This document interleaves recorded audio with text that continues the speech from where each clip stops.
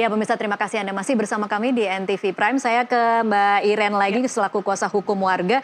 Mbak Iren, jadi saat ini apa opsi yang dimiliki oleh warga yang jadi korban penggusuran? Sebenarnya opsi semua langkah hukum itu sudah kami jalankan bahkan sebelum eksekusi dijalankan.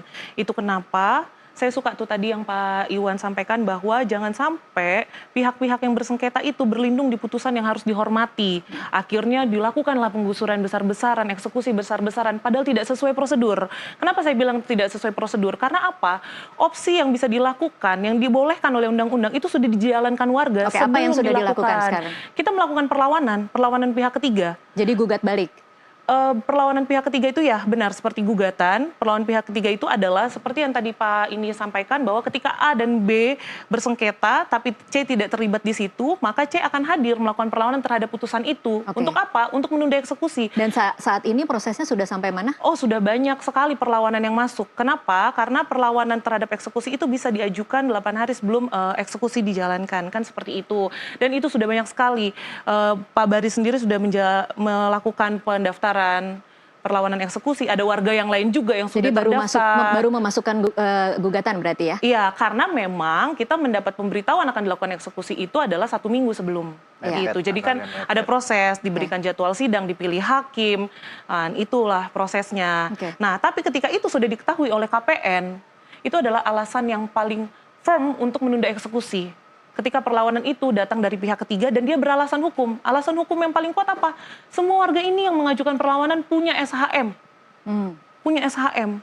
Itu dasar paling kuat. Jadi saat ini yang sudah memasukkan gugatan berapa orang? Yang kami tahu 5 orang. Yang kami ketemu ini di lapangan. Ini 5-5-nya memiliki SHM? Pasti. Pasti. Itu pun dari lahan yang lain. Karena ini luas sekali yang dieksekusi, 36.000 meter. Itu luas sekali yang dieksekusi atas putusan tahun 98 yang mana waktu itu SHM itu masih 36.000 meter atau 3.100 meter? 36.000 total semua. 36.000 yang dieksekusi. 36.000. Bayangkan tahun 98 itu SHM masih diterbitkan oleh BPN Kota Bekasi. Iya. Sekarang ini setelah pemekaran di tahun 2020 ya Pak, kalau tidak salah, itu sudah masuk ke Kabupaten Bekasi. Di hari H eksekusi, kami menanyakan ke PN yang melaksanakan eksekusi, kami tanyakan, Pak ini sudah diukur ulang belum?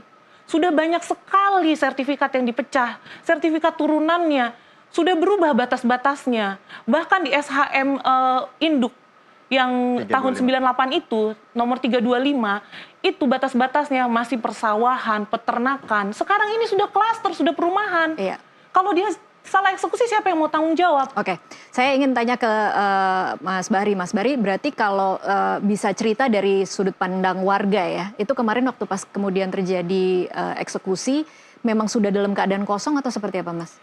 Sebagian warga masih menempati rumahnya, kemudian ada sebagian warga yang memang memiliki ruko itu disewakan kepada pihak lain. Ada pihak lain lagi berarti yang kemudian dikorbankan ya, menjadi korban. Betul. Karena ruko itu kan ya merupakan perniagaan ya. Di situ mereka ada yang jualan sepeda, ada yang jualan es dan lain sebagainya. Nah, pada hari H itu ya terpaksa mereka itu nggak bisa berjualan gitu. Jadi dan sekarang situasinya seperti apa di sana? Sekarang situasinya masih bisa masuk lagi atau gimana? Masih bisa masuk karena pagarnya masih dikuasai oleh warga gitu kan. Cuman akses listrik dan air dipadamkan.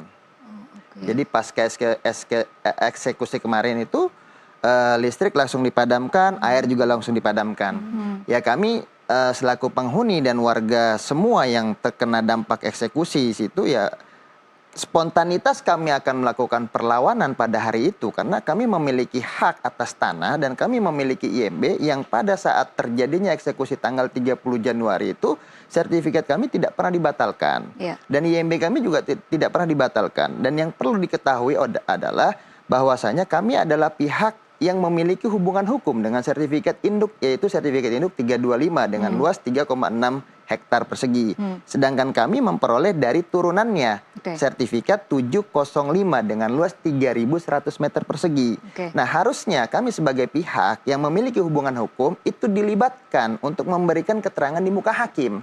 Tapi kami tidak pernah menerima undangan sampai dengan datangnya pemberitahuan akan dilaksanakan eksekusi. Oke, Mas Bahri sebagai pengembang ini merupakan klaster pertamakah atau sudah klaster keberapa? Nah, ini udah yang kesekian. Oke, pernah mengalami kejadian seperti ini sebelumnya? Tidak pernah, ini baru yang pertama kali. Atau ada rekan-rekan lain yang pernah punya masalah seperti ini, kira-kira apa solusinya, apa saja yang kemudian bisa ditempuh?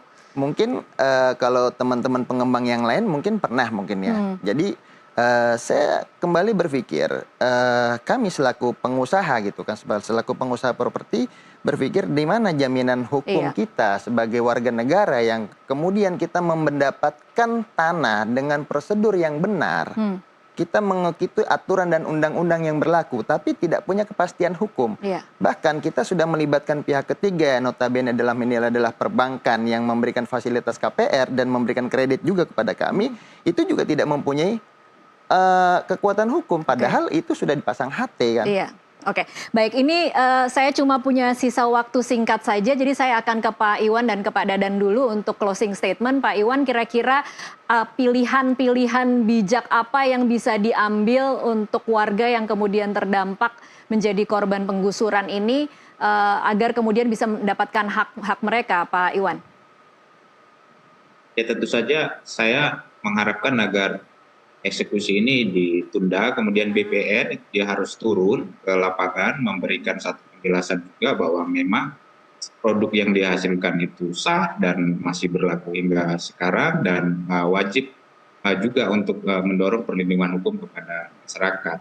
Dan yang ketiga, saya kira modus-modus semacam ini harus diperiksa, karena saya agak meyakini ya bahwa putusan-putusan semacam ini sebenarnya sudah berpindah tangan kepada orang-orang yang punya kuasa modal lebih kuat, punya jaringan hukum dan politik lebih kuat, sehingga tata cara yang semacam ini bisa dilakukan tanpa melakukan satu cek terhadap situasi lapangan yang sudah Pak Iwan, kalau dari modus-modus biasanya apa yang terjadi setelah ini ketika kemudian sudah dieksekusi dan kemudian warga tidak bisa berbuat apa-apa, apa yang terjadi pada aset itu?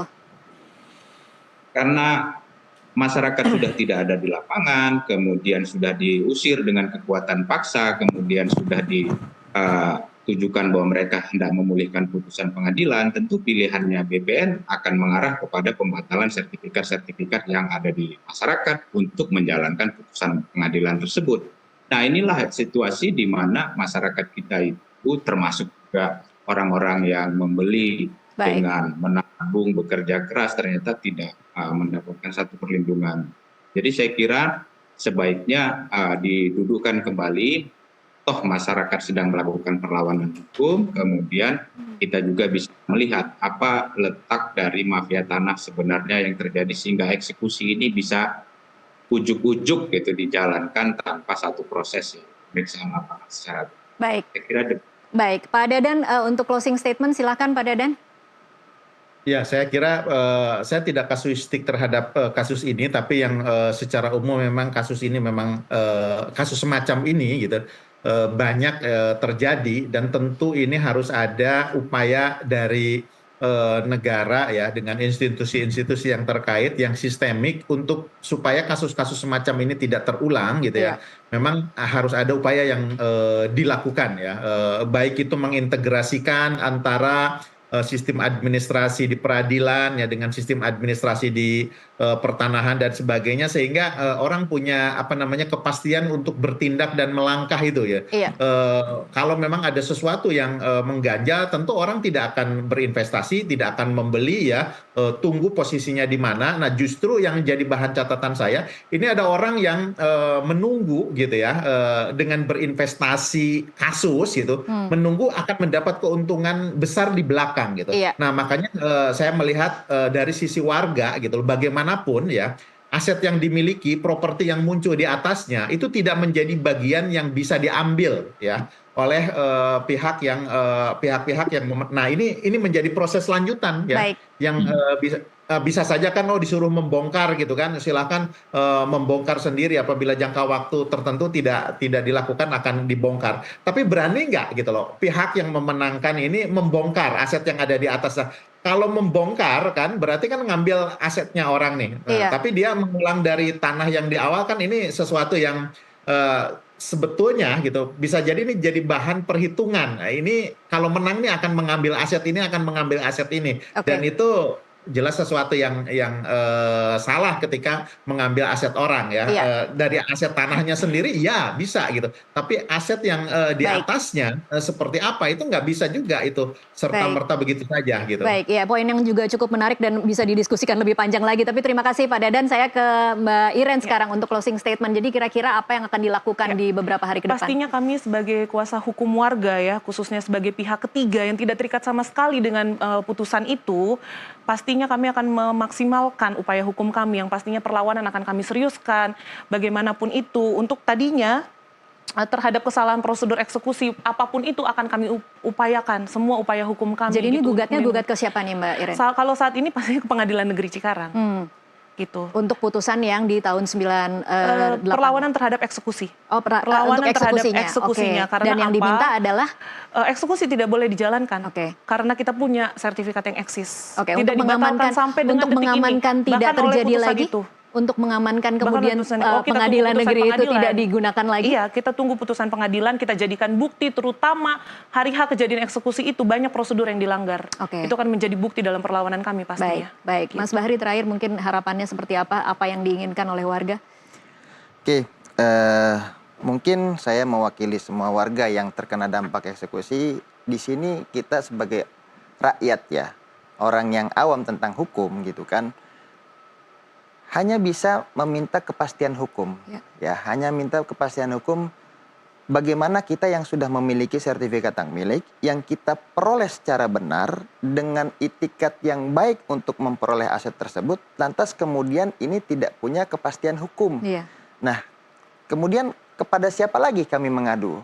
Artinya kalaupun di situ ada oknum-oknum yang bermain ataupun ada mafia pertanahan ataupun ada mafia peradilan dan sebagainya, tolonglah negara hadir.